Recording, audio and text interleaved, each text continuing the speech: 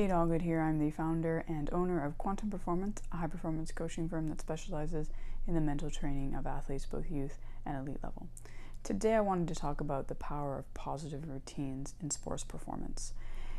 Before I dive into the routine aspect though, I wanted to really look at differentiating between superstitions and routines. The reason I wanted to do this is because when I brought this topic up with clients, a lot of the time they feel they're the same thing, and I start talking about the need to have good routines around their performance and in their daily life, and they kind of think I'm talking about superstitions.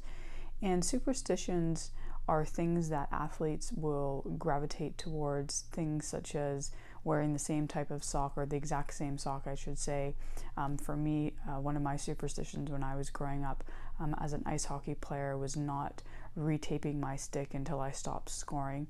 So superstitions are kind of things where as athletes you're giving the power to this object or to this thing that is existing. So for me, I was giving power to the tape on my stick, and so I thought if I retaped the stick, maybe it would stop me from scoring, when really that wasn't what was contributing to my scoring or not scoring. And as I got older, I gravitated away from this superstition and realized that when my tape needed to get retaped, or when my stick, needed to get retaped, I would retape it and it wouldn't necessarily impact my scoring. So superstitions are things where we are giving that power to something outside of ourselves, where routines are a systematic way of doing something that we know is going to help us to perform at our best and get us ready to perform at our best. And that systematic way, while probably good to do on a very consistent basis, isn't something that has to be done perfectly every single time. And knowing that if by chance, because of circumstances, you have to miss it or shorten it at some point, that it's not really a big deal. It's not going to stop you from being able to perform. And that really is that difference, is being able to know that while something you're doing is good, is helping you, but it doesn't need to be done perfectly every single time, and it doesn't necessarily impact whether you're going to perform at your best or not. So let's talk a little bit further about the routines. Routines are very important, and they can be interwoven in every single aspect of your life. They can be interwoven in everyday things, as well as obviously in before performance, and sometimes, depending on the sport, within the performance itself.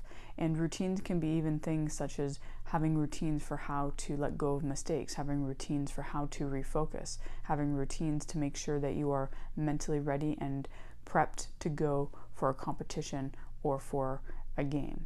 Then there's also the things where a lot of the most elite and high-performing athletes will have routines interwoven in every single aspect of their life, where around their food, their sleep, their workouts, everything. It really is becoming, I guess, a lifestyle for them, the routines that they have created for themselves. Again, though, knowing that if something needs to be altered, it can be altered and isn't going to impact their performance. So if you're someone who's looking to be at a high level, looking to be a really good athlete, look to create routines, look to create systematic ways that help you to get the most out of yourself in any area of your life that you're really wanting to get the most out of yourself in. It does also help with reducing the amount of thinking, which is very important, because we can then conserve our mental energy for when we might need it a little bit more further down the road. If you have any questions, feel free to reach out to me. I'm always happy to help people maybe kind of find the routines that work for them. I'll see you guys soon in the next video.